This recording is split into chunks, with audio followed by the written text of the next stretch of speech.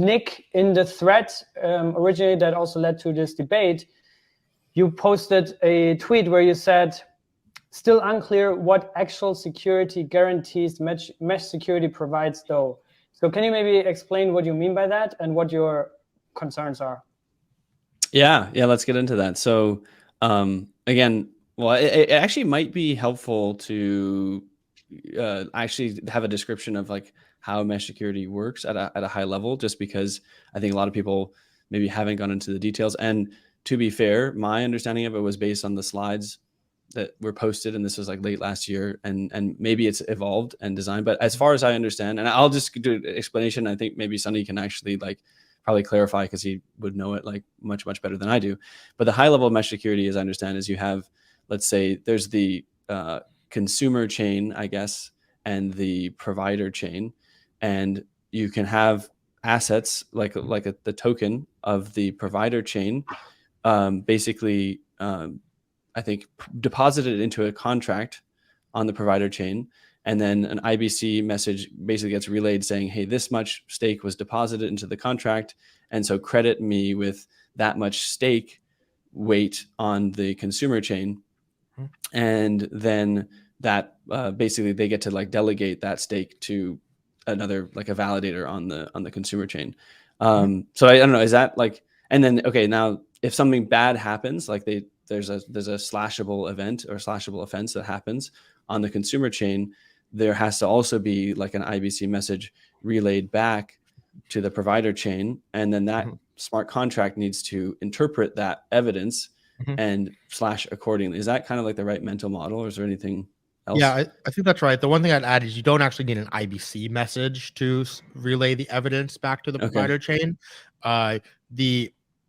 There's a slasher contract that is like an interface, so you can actually implement multiple slasher contracts, right? Like you don't want to rely. You can have it so the slashing message gets sent over IBC, but you don't want to rely on that because you're relying on the chain with Byzantine faults to like relay the IBC packet that a fault happened. That's like unreliable. So you can just take the evidence directly and submit it as a transaction to the provider chain as well. It doesn't need to be via IBC. So you could, and then the idea is that the slasher contract, there could be many slasher contracts, right? Like there can be one that handles double sign evidence. There's can be one that handles like validity proof evidence. There's like one that you can have different types of evidence systems. Yeah. Okay. So that kind of checks out with my mental model. And so I guess where my concerns around that model sort of arise is in certain, like it's hard to prove on chain a lot of slashable offenses.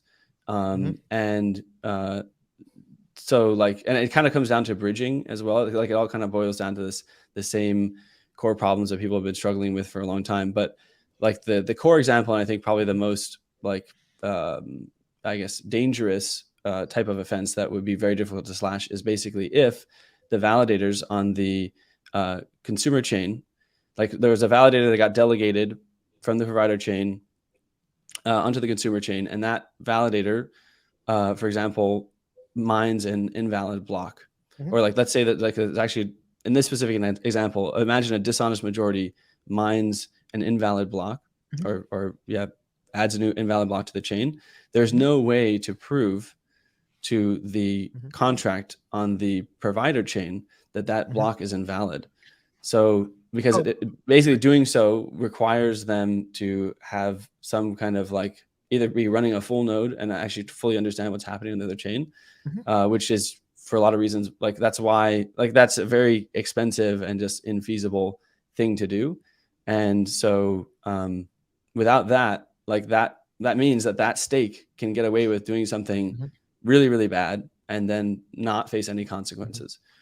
It depends on, okay, so the response will depend on like what stage we're talking about. Like end goal, everything should be using validity proofs, right? Like you should be creating zero knowledge proofs for all state transitions. And like, so even if an invalid state transition is finalized on the consumer chain, then that, you can create a proof, like a proof saying like, hey, like this is an invalid invalid state transition, right? Like if they can't submit a validity proof for it, that's like, they would get slashed for that, right? And so end goal, I don't think mesh security is a replacement for like validity proof style systems, right? Like I think that is the end goal for where all, IBC should, IBC is designed with just like client security, because our take was like, this is better than anything that exists, and it's better to have something live and secure. But like end goal, IBC should be doing validity proofs as part of the part of the core protocol.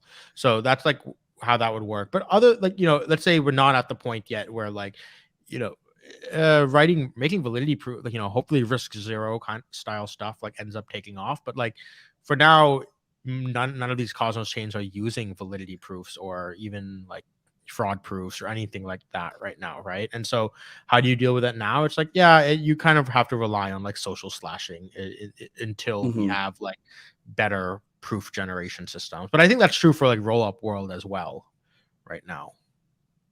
Well, yeah, I think we don't really have working models of fraud proofs at scale or validity proofs really. But the thing that's interesting about that though is that like, so I agree with you. So it sounds like we agree that like without some kind of fraud proof or validity proof system, like you just can't slash for a lot of different offenses on another chain. But the thing is then if you want to rely on fraud or validity proofs to work, then you also need a shared data availability layer, because another attack that they could do is they could mine a valid block. This is specifically the validity proof one, but also fraud proof. We could do a different example. They could mine a valid block, but not actually release the data. So they can do a data withholding attack. And then all of a sudden, none of the other full nodes are able to actually know what the state of the chain is. And that's a really bad problem. And without knowing that the data is available, without the provider chain being able to know that the data is available of the consumer chain block, that attack is feasible. So it ends up boiling down, no matter how you cut it, to needing a shared data availability layer for these systems to be secure. Why does it need a shared data availability layer rather than a data availability layer? Like, it doesn't need to be shared, but they need a way to verify the data availability of another chain, meaning, and that's something that also cannot happen on chain. You have to actually you have to have your nodes of your chain run a data availability client of another chain. And the most optimal way of doing that is basically to just end up running the same data availability client as the other chain. Otherwise, like you just end up adding more and more work for every like connection you have. So okay, a couple of things. One, with the validity proofs, like yes, you can have it so I guess you don't need the data availability as much in validity proofs as you do with like fraud proofs, like an optimistic rollup style, because fraud proofs you need it as a bait, like otherwise no one can challenge it and you can pull off misbehavior. At this validity proofs, like they literally can't do an invalid state transition because no node or no other like IBC chain will accept that, because they won't be able to generate a validity proof to show that it's a valid state transition.